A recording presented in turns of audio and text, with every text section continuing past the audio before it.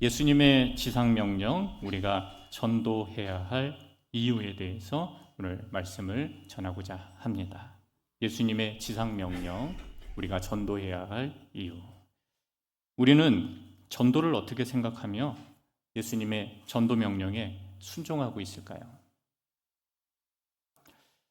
우리는 일상 속에서 비기독교인들을 만나고 있습니다. 예전에는 비기독교인 하면 그냥 비신자, 불신자, 불신영혼, 믿지 않는 자 이렇게 이야기했는데 요즘 일반적인 용어로 비기독교인이라고 말을 하죠. 막상 주변 사람들에게 복음을 전하려고 하면 부끄러워서 시도조차 하지 못하는 게 우리의 모습 아닙니까? 우리가 함께 사는 남편과 자녀 그리고 부모님에게 전도하는 일이 가장 쉬울 것 같으면서도 가장 어려우시죠? 그죠? 네, 맞습니다. 전도는 어리석고 미련하며 바보스러운 것이지만 이 땅에서 그리스도 예수의 복음을 전하여 비신자들, 비기독교인들에게 구원을 위한 방법이기도 합니다. 사도 바울은 이것을 전도에 미련한 것이라고 말씀합니다. 고린도 전서 1장 21절의 말씀에 사도 바울은 고린도 교회를 향해서 이 말씀을 하고 있어요. 너희들이 이 말씀을 통해서 구원을 받았다.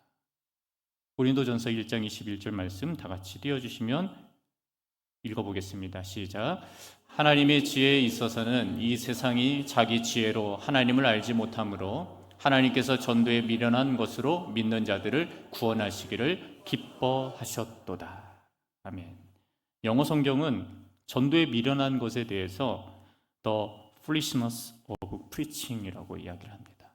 그러니까 이것을 해석하면 설교에 미련한 것 또는 전도의 미련함, 어리석음 이러한 뜻을 가지고 있는 거죠.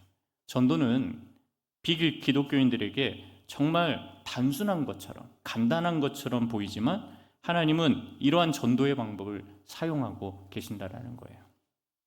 전도의 방법은 세상의 학자들이나 예술가들이 볼 때 바보스럽고 미련하게 보일 것입니다. 그렇죠? 복잡한 과학 지식, 복잡한 기계, 요즘은 AI, 모든 이러한 기술들과 박사들, 예술가들, 연예인들, 그리고 지위가 높은 사람들, 고위공직자들이 보면 참 바보스럽고 미련하게 볼 수 있겠죠. 그러나 예수님을 믿는 사람들은 전도에 미련한 것으로 구원받은 거예요. 여러분 믿으시길 바랍니다. 네, 저도 그렇고 여러분들도 그렇고 이러한 전도에 미련한 것으로 구원을 받았습니다. 다 함께 따라해 보겠습니다. 자, 결단하며 전도에 미련한 것으로 투박한 복음의 언어로 전도합시다. 네, 그러한 마음의 결단이 있으시길 바랍니다. 마크 데버 목사는 건강한 교회의 9가지 특징에 대해서 책을 썼는데요. 미국 워싱턴 DC의 캐피톨 힐 교회의 담임 목사인 이 마크 데버 목사는 자신의 책에서 9가지 건강한 교회의 특징 가운데 특별히 전도에 대해서 이야기를 하는데 전도는 사람을 바꾸는 기술이 아니라 뭐예요? 복음을 명확하고 충실하게 전하는 것입니다. 그 결과는 하나님께 맡겨야 합니다. 이렇게 말한 적이 있습니다. 성공적인 전도는요, 교인의 숫자를 늘리는 것이나 숫자를 말하는 게 아니에요. 복음을 충실히 말했는가, 그렇게 살고 있는가를 이야기하는 것입니다. 사도 바울은 복음을 충실하게 전했던 삶을 고린도전서에서 이렇게 말합니다. 고린도전서 3장 6절에 나는 심었고 아볼로는 물을 주었을 때 오직 하나님께서 자라나게 하셨나니. 고린도 교회에 가서 그 지역에 가서 사도 바울은 복음의 씨앗을 심었고 아볼로는 양육 훈련을 했고 그로 인해서 오직 하나님께서 교회를 성장시켰다. 그렇게 고린도전서 3장 6절에 사도 바울은 이야기하고 있습니다. 여러분, 전도의 위기는요, 교회의 위기예요. 그리고 교회의 위기는 전도의 위기이기도 합니다. 전도가 단지 지옥에 가는 영혼을 막아서는 것, 그리고 지옥에 가는 영혼들을 불쌍히 여겨서 막고 천국에 가는 길을 제시하는 것만 전도라고 생각한다면 우리는 전도에 대해서 다 알지 못하는 거예요. 건강한 교회는 복음을 충실하게 살아야 하고, 그리고 복음을 충실하게 전하는 삶을 사는 것이 바로 교회의 역할이라는 사실을 여러분 믿으시기를 주님의 이름으로 축원합니다. 전도는 오늘날 교회가 존재하는 이유 중에 하나예요. 우리 교회는 이 지역에서 복음에 대해 진실함으로 승부하는 교회가 되어야 해요. 어떠한 이벤트, 어떠한 행사, 이러한 부분도 필요하면 할 것입니다. 그런데 우리는 진실함으로 전도하는 팀, 그리고 진실함으로 삶에서 복음으로 살아가는 성도들이 세상의 여러 가지 염려와 갈등과 문제 앞에서 이 복음을 전할 수 있고, 자랑할 수 있고, 나타낼 수 있고, 많은 사람들에게 예수님을 내 구주요 주님으로 그렇게 전할 수 있는 그러한 교인들이 되시기를 주님의 이름으로 부탁을 드립니다. 이것이 진짜 전도의 핵심이에요. 이게 진짜 전도의 핵심이에요. 가라, 제자를 만들라, 그리고 세례를 베풀라, 분부한 모든 것을 가르쳐 지키게 하라. 이것이 지상명령이에요. 성도 여러분, 예수님을 전도해야 할 이유가 어디에 나와 있냐면 예수님의 전도 명령에 나와 있어요. 우리의 능력, 우리의 삶에 나타나는 것이 아니라 예수님이 이 땅에서 전도를 통해서 영혼을 구원하라 이렇게 명령하신 이 지상명령, 이 말씀이 바로 우리가 전도해야 할 이유인데, 그러면 전도해야 할 이유가 무엇인가? 바로 하나님을 믿지 않는 사람들이 구원자이신 예수 그리스도를 믿음으로 영접하고 구원을 받아서 주님의 제자가 되어 복음을 전하는 삶으로 다시 세상에 재파송되는 것, 이게 바로 하나님의 뜻이기 때문입니다. 예수님의 지상명령은요, 우리에게 전도해야 할 이유를 분명하게 말씀하고 있는 거예요. 우리 교회에도 전도를 잘 하시는 분이 있으십니다. 그리고 내 가족을 전도하는 분도 있으십니다.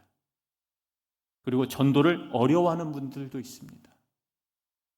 그런데 전도에 대해서 우리가 어려워하고 때로는 부담감을 갖는 이유가 무엇이냐면 그냥 우리의 삶에서 충실하게 내 삶 그대로 다른 사람에게 예수 그리스도를 전하고 그 삶을 자랑하면 되는데 내가 그렇게 못 사니까 내가 전도하는 것이 힘든 거예요. 우리 교회 성도들이 전도의 명령에 왜 순종해야 되는지 본문을 통해서 살펴보고자 합니다. 오늘 말씀은 절반만 할 거예요. 그 나머지 절반은 오후에 할 거예요. 왜냐하면 길어요.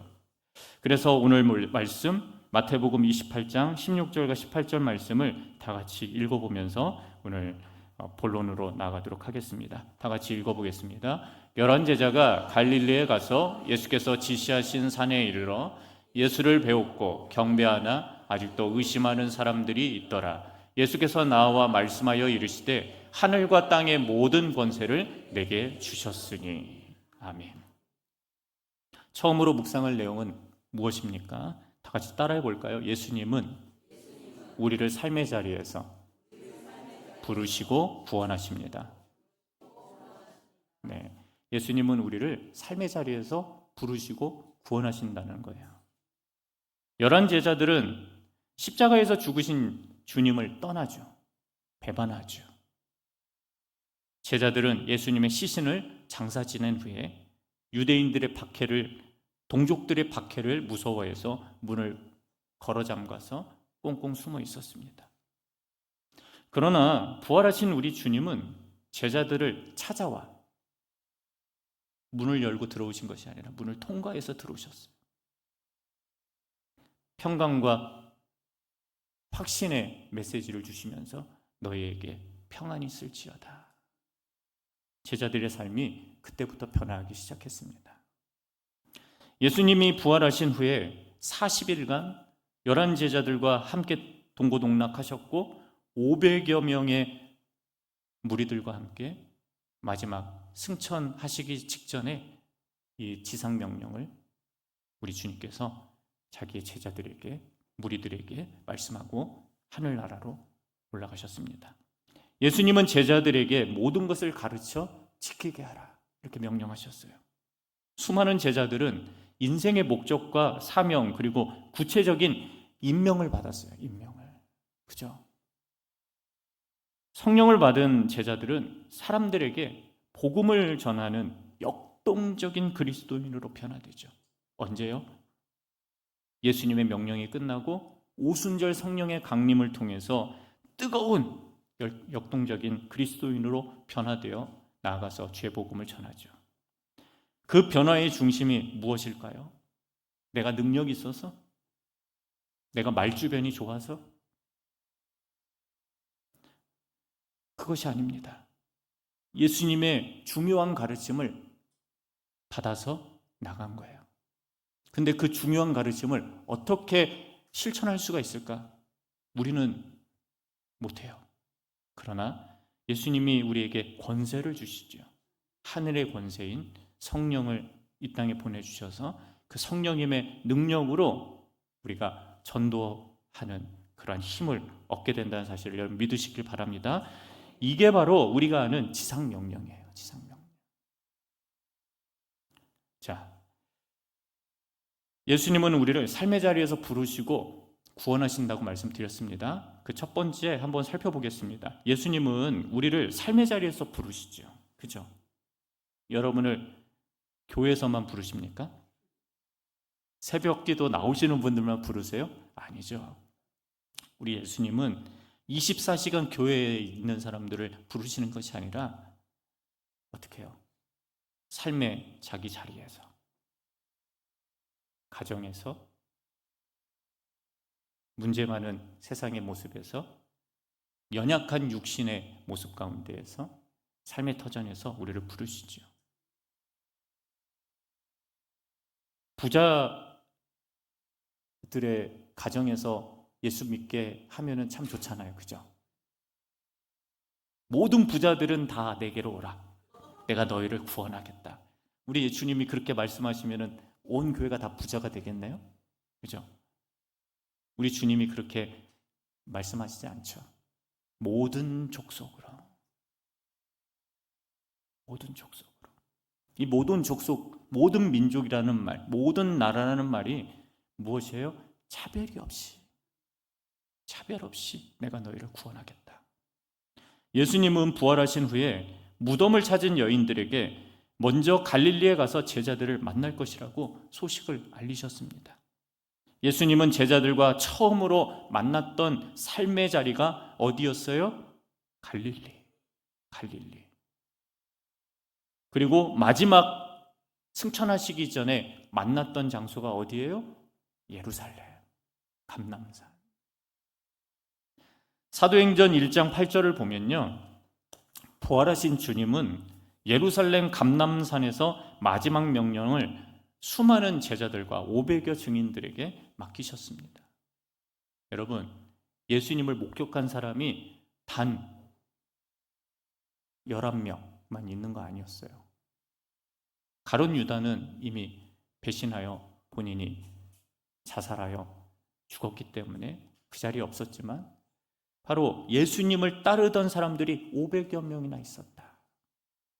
그때 감람산에서 우리 예수님은 마지막 명령을 하셨는데 그 말씀이 사도행전 1장 8절에 나와요.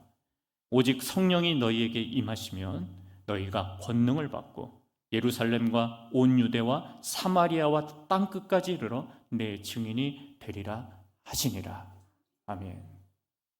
이 말씀은 예수님이 감람산, 예루살렘 감람산에서 승천하시기 전에 제자들과 무리들에게 주셨던 말씀, 마지막 명령이고, 그런데 또 다른 예수님이 똑같은 말씀 가운데 왜 누가는 사도행전에서 이렇게 1장 8절에 쓰셨고, 그리고 마태는, 예수님의 제자였던 레위 마태는 왜 마태복음에서 지상명령을 이렇게 썼을까? 그 차이가 무엇일까? 예수님은 예루살렘 근처 감람산에서 500여 제자들에게 보이시고 승천하셨어요. 그래서 사도행전 1장 8절에 성령이 임하시기 전에 우리 예수님이 우리들에게 명령한 말을 이렇게 듣고 성령의 오순절, 성령의 강림을 통해서 성령을 받은 제자들이 이제는 나아가서 자랑스럽게 주를 전하고 복음을 전하는 그러한 놀라운 폭발이 일어나게 되죠. 마태복음서에서 갈릴리로 가라, 우리 예수님이 제자들에게 이야기하셨어요. 부활하신 후에 예수님은 갈릴리로 2번을 가라고 강조하셨습니다. 하지만 왜 마태는 지상명령을 먼저 갈릴리에서 말하셨다라고 그렇게 기록하고 있을까요? 자, 보세요. 마태복음은 갈릴리에서 지상명령을 주님이 말씀하셨다라고 가르치고 있고, 누가복음은 사도행전 1장 8절처럼 마지막 명령을, 전도명령을 우리 예수님이 유언하시면서 승천하시기 전에 예루살렘 감람산에서 하셨다, 그렇게 적고 있을까요? 왜요? 예수님이 딴 얘기 하신 거예요? 아니에요. 예수님이 갈릴리에서 했던 말씀이 있었고 예루살렘에서 하셨던 말씀이 있었다라는 거예요. 마태복음 28장 7절에 이렇게 말씀합니다. 또 빨리 가서 그의 제자들에게 이르되 그가 죽은 자 가운데서 살아나셨고 너희보다 먼저 갈릴리로 가시나니 거기서 너희가 배우리라 하라. 보라, 내가 너희에게 일렀느니라 하거늘. 예수님이 제자들에게 빨리 가라. 왜 예수님은 지상명령을 갈릴리에 가서 선포하셨나요? 예루살렘에서 부활하신 분이 이미 갈릴리로 가 계셔.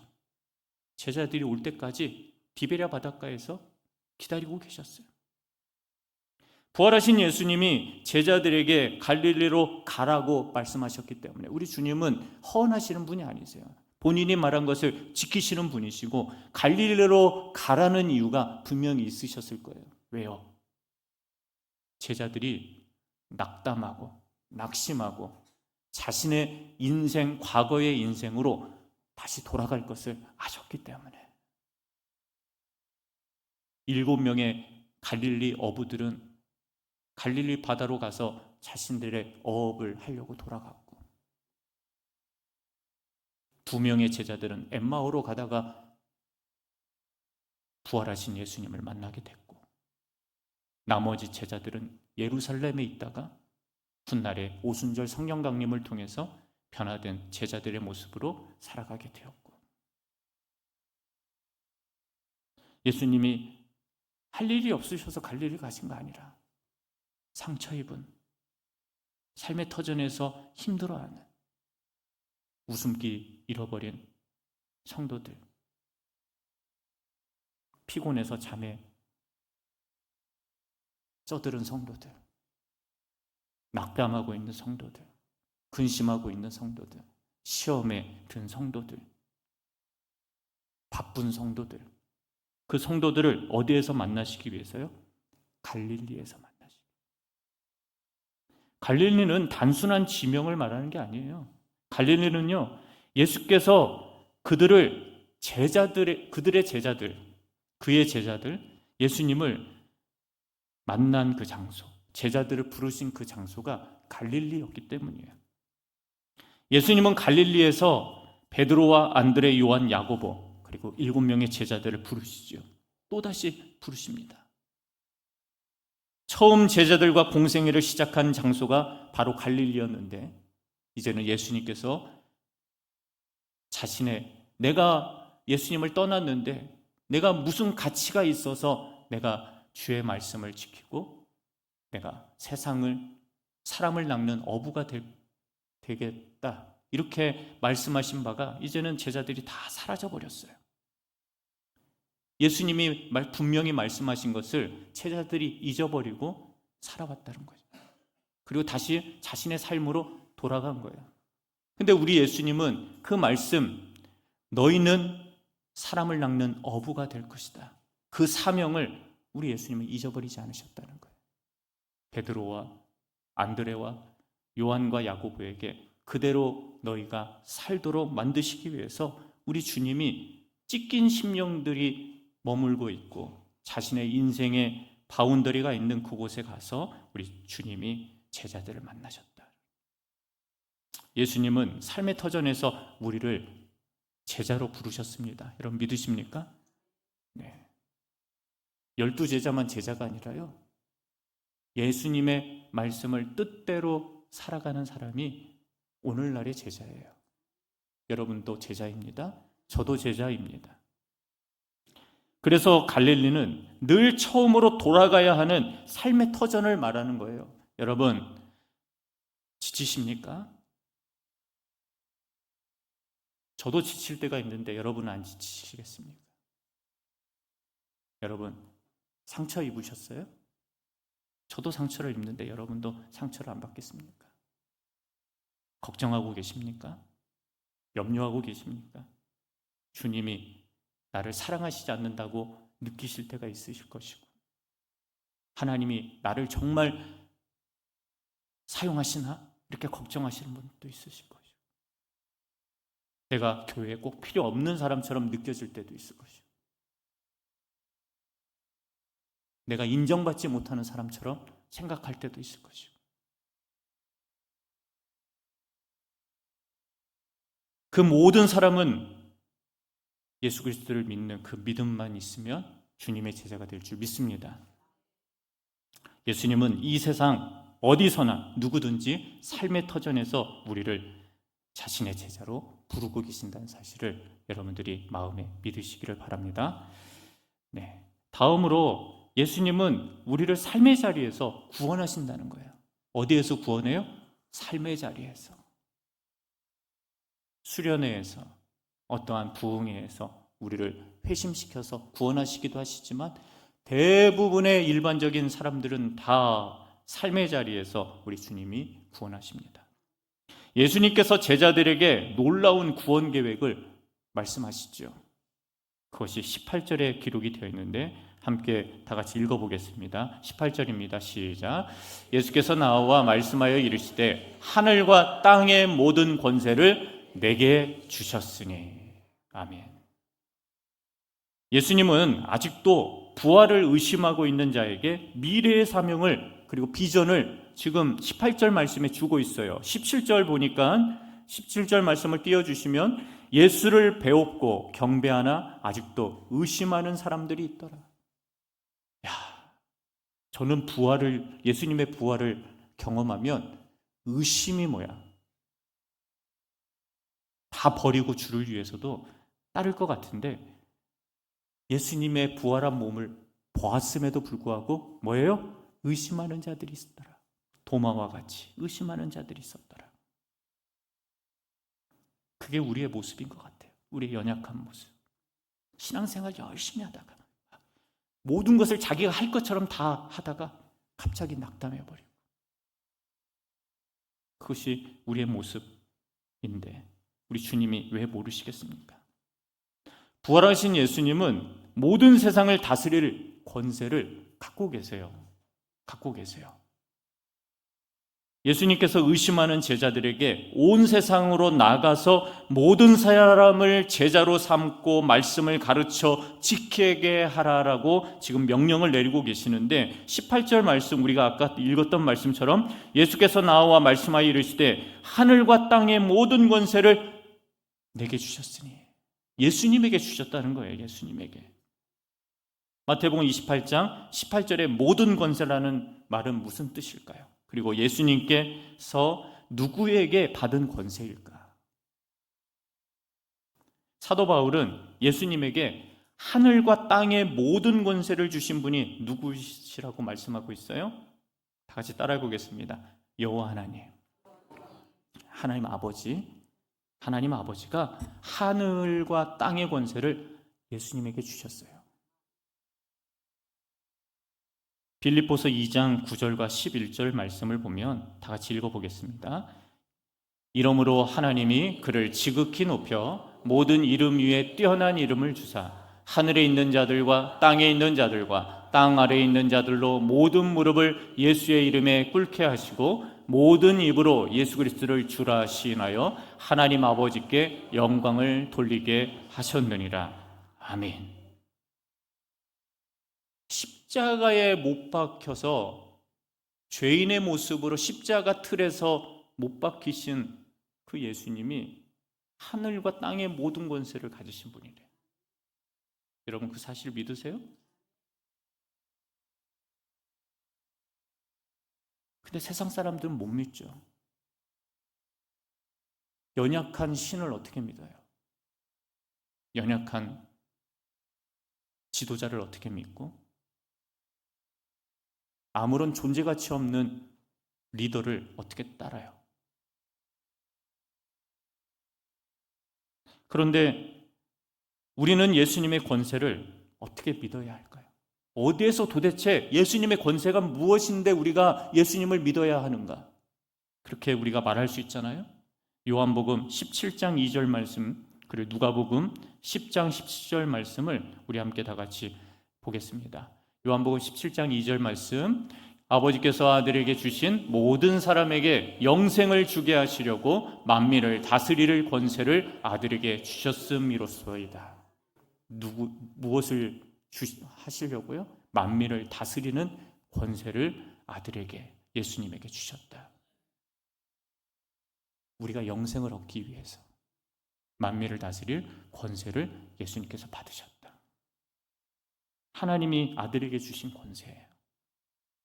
누가복음 10장 19절에 70인의 전도하는 사람 제자들에게 이러한 용기로 세상에 나아가 살라고 지금 말씀하고 있습니다. 다 같이 읽어보겠습니다. 누가복음 10장 19절입니다. 내가 너희에게 뱀과 전갈을 밟으며 원수의 모든 능력을 제어할 권능을 주었으니 너희를 해칠 자가 결코 없으리라. 아멘. 옛날에 미스터리 어떠한 프로에 우리나라에 포박당했는데 십자가에서 자신의 몸에 못을 박고 죽은 사람이 있어요. 종교적인 정신 이상자죠. 예수님처럼 죽고 싶다고. 어떻게 죽었는지 모르겠어.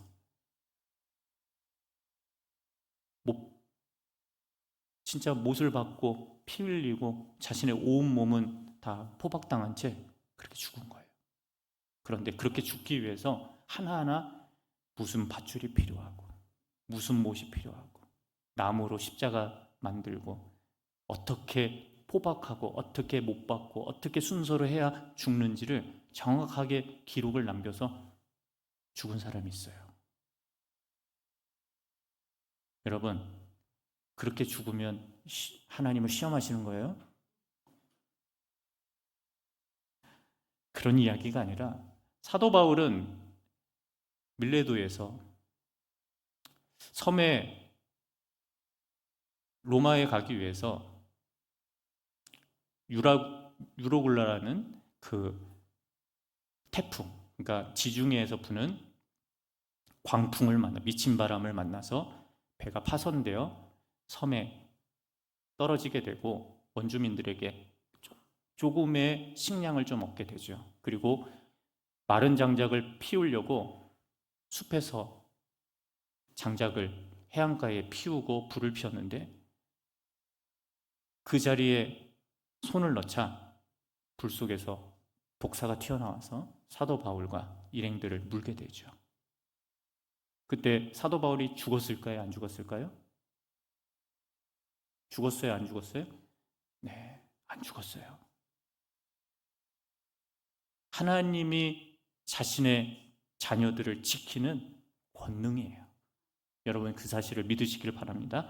그래서 누가복음에서 이런 말씀을 하잖아요. 내가 너희에게 뱀과 전갈을 밟으며 원수의 모든 능력을 제어할 권능을 주었으니 너희를 해칠 자가 결코 없으리라.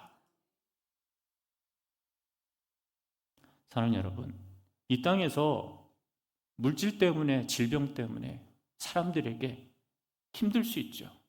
그러나 오늘 이 말씀은 마지막 너희의 모든 생명은 하나님께서 책임져 주실 거라는 사실입니다. 그렇다면 예수님이 누구이시기에 하늘과 땅의 권세를 가지고 우리를 지도자로 임명하셨는지 여러분 알게 되셨죠? 네, 맞습니다.